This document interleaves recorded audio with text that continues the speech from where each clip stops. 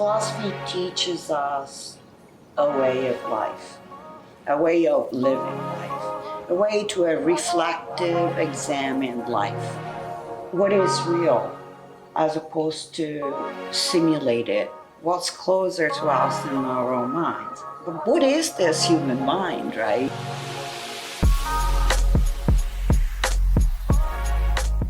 I'm Raffaella De Rosa. I'm a professor and chair of the philosophy department. I've been here as an assistant professor in 2004. And I don't think I should say more about myself. My name is Katerina Gimmery. I'm a junior at Rutgers, Newark, and I'm taking this philosophy course with Professor De Rosa, and I'm really enjoying it. I'm Seamus Gorley. I'm a senior here at Rutgers, Newark, and I'm a philosophy major. So the title is Philosophy Through Film. So it is a philosophy class, and it deals with traditional foundational issues in philosophy through the medium of film.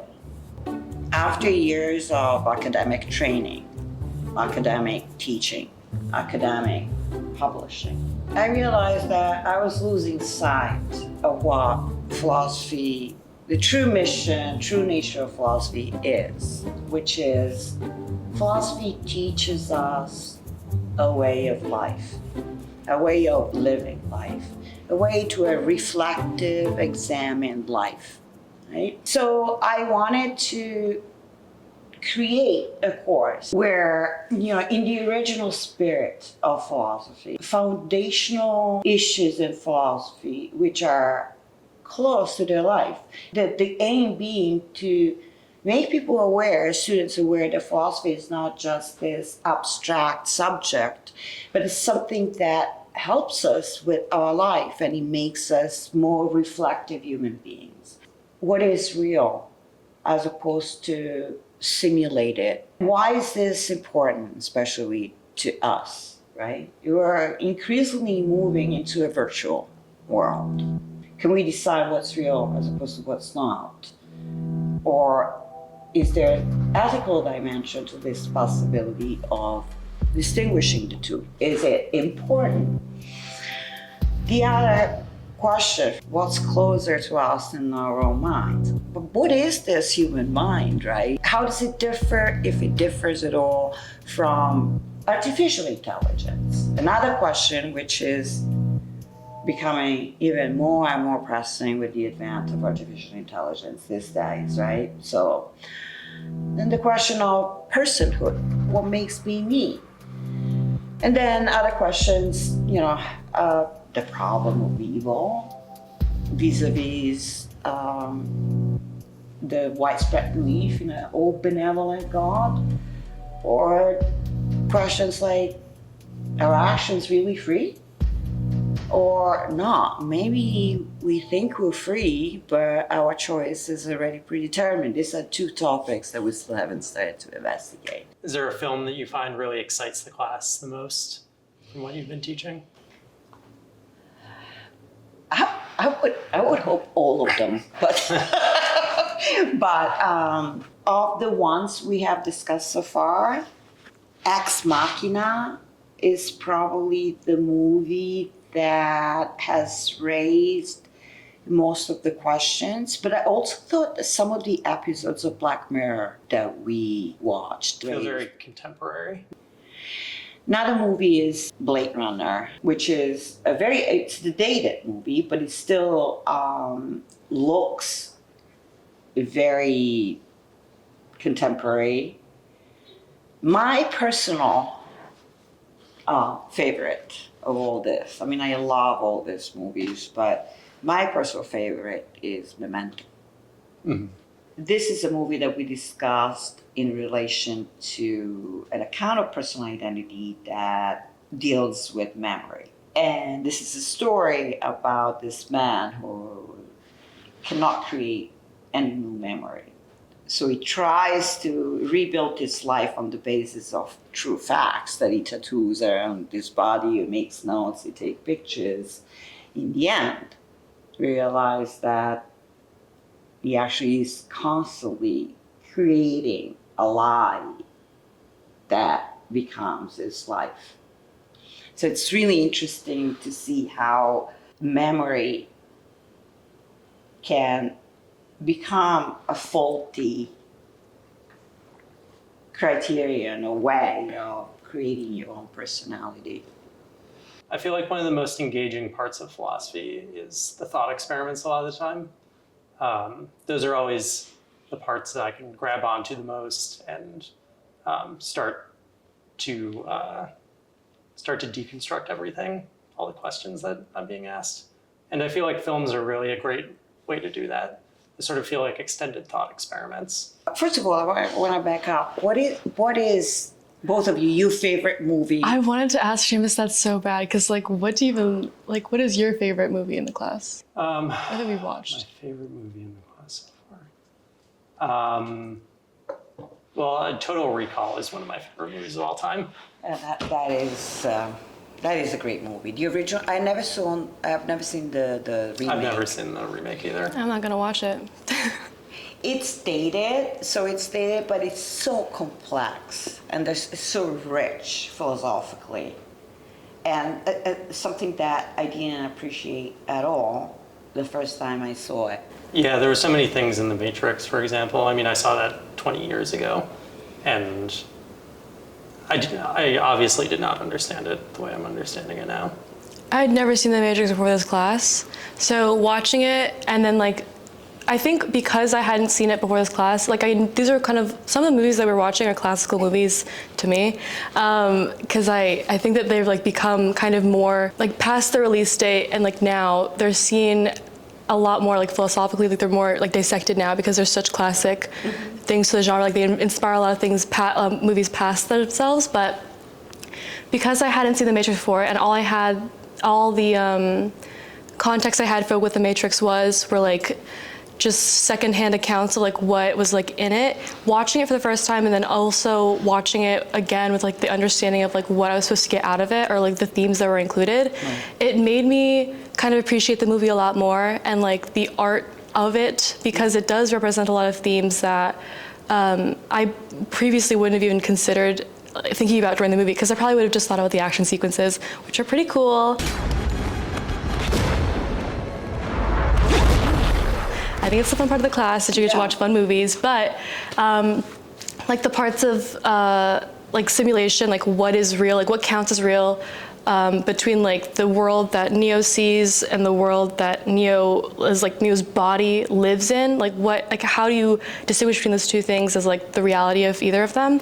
I think that's it's just a really interesting way of being able to see new things or new to you things in a way that is so much more complex, and because that it kind of feeds your mind in a really enjoyable way. I don't think I would have gotten that if I read a summary of The Matrix, or if I had, you wouldn't have seen what's his name, Keanu Reeves kiss Trinity. Oh, what a great scene.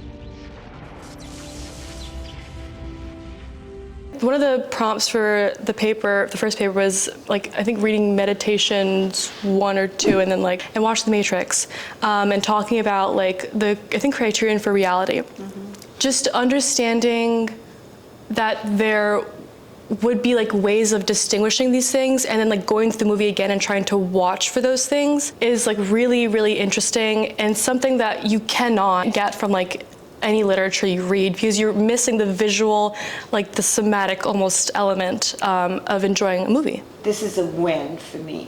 To hear them say this, and they hadn't expressed this before, but this is exactly one of the questions they asked me. This is what I hope that you get from this class. The purpose of this class is precisely to use the medium of filmmaking, the art of filmmaking. So whatever action sequence, romance, episode, whatever the plot of the movie is, and use them to go back to the traditional philosophical texts, like Meditation 1 or Mary's thought experiment of getting out of the dark room. So we start with some broad questions. What is real? What is the human mind? And I solicit their answers because we all have answers about these questions. Then we watch the movie, they watch the movie. We analyze some segments of the movie in class, and then the hard part, the creative part is to go back to the philosophical text and see how the movie illustrates or contradicts a certain philosophical issue. I think it's like a hate-love thing because obviously it does take a lot of brain power to think about like how you can reconcile something that's like said in like academic speech or like in a way that's a little bit inaccessible because of how far it goes back, like Descartes. Like you're reading like a Cartesian understanding of like what's real, what's simulated, and then you're watching The Matrix and Keanu Reeves is dodging bullets. Having watched The Matrix, right, which is beautifully made, it's like, hey, I always wonder whether I'm in a dream world or not, because there's like issues that each one of us care about, have thought about. But the medium of film, the art of filmmaking, makes us these questions pop. You can always tell when a film is doing its job in class because we watch it and people can relate it back to their lives. You can see that through line. These have been written hundreds of years ago. The ideas are still present in our society. And then, we have these like mid-century authors who are doing stuff with it. And then they turn into these contemporary movies.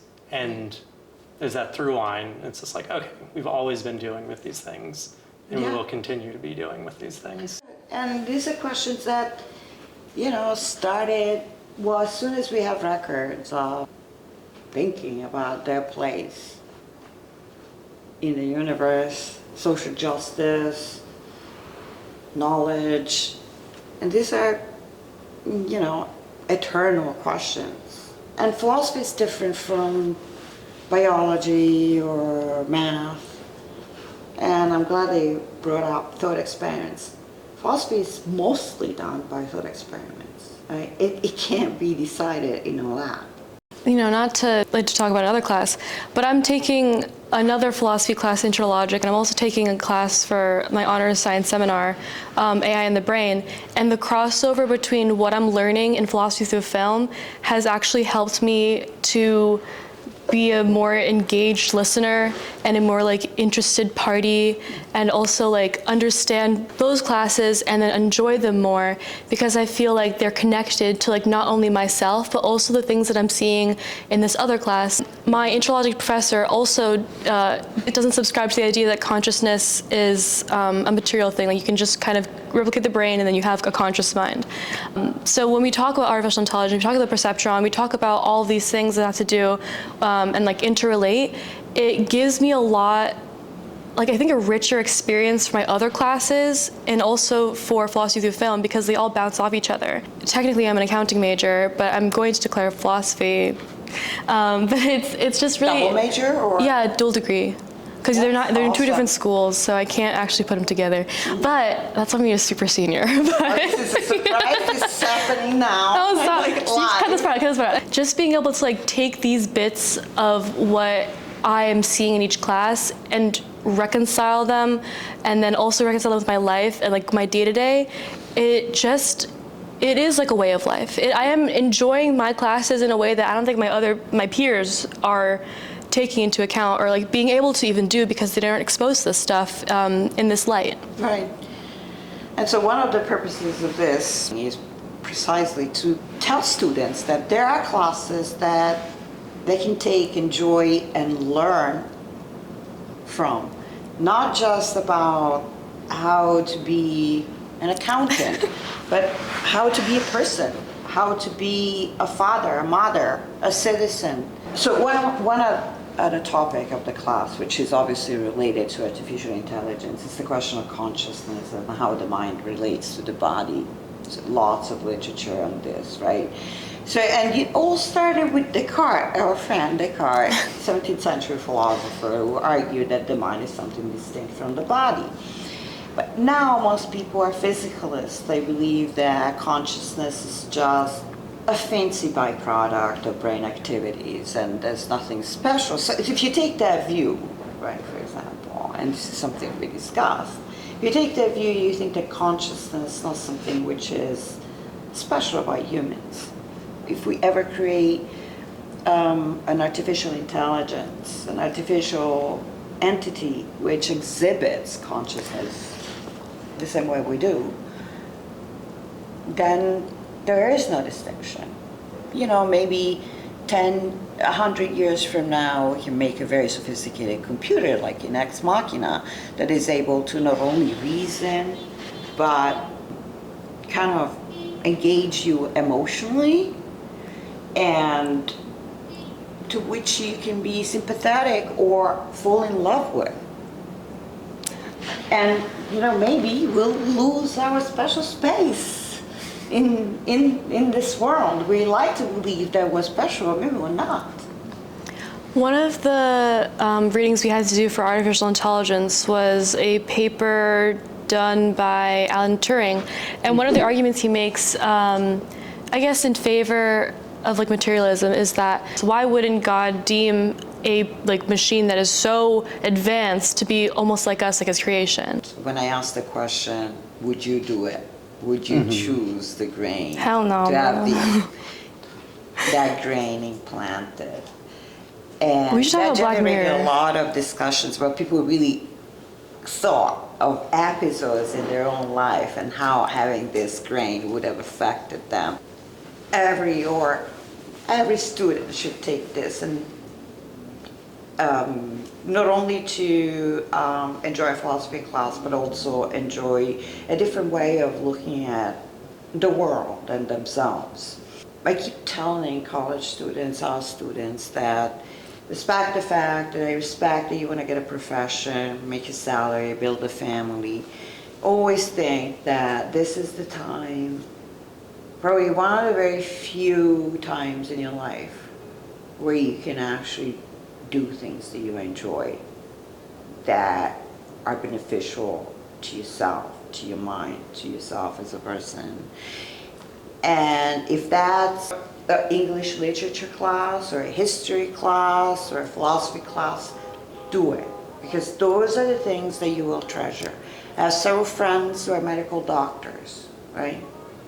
They still remember, some of them were philosophy majors or taking philosophy classes. Whatever your profession is going to be, if you develop that inclination through a certain way of thinking, this is something that you'll carry with you for the rest of your life.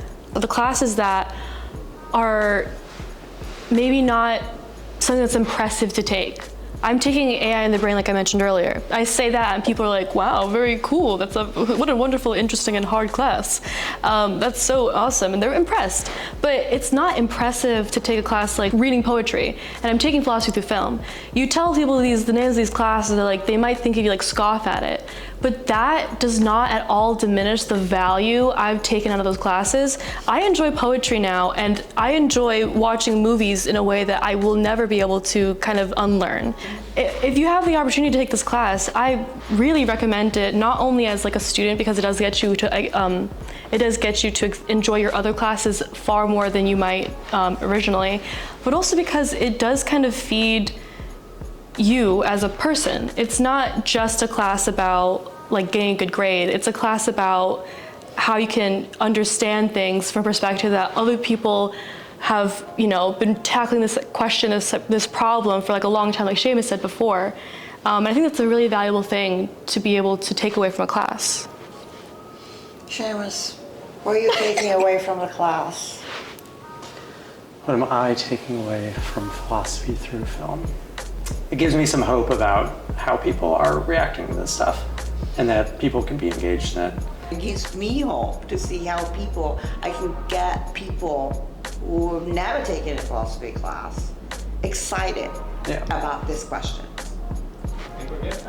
Whoa, yeah. Congrats, guys. Eat the cookies.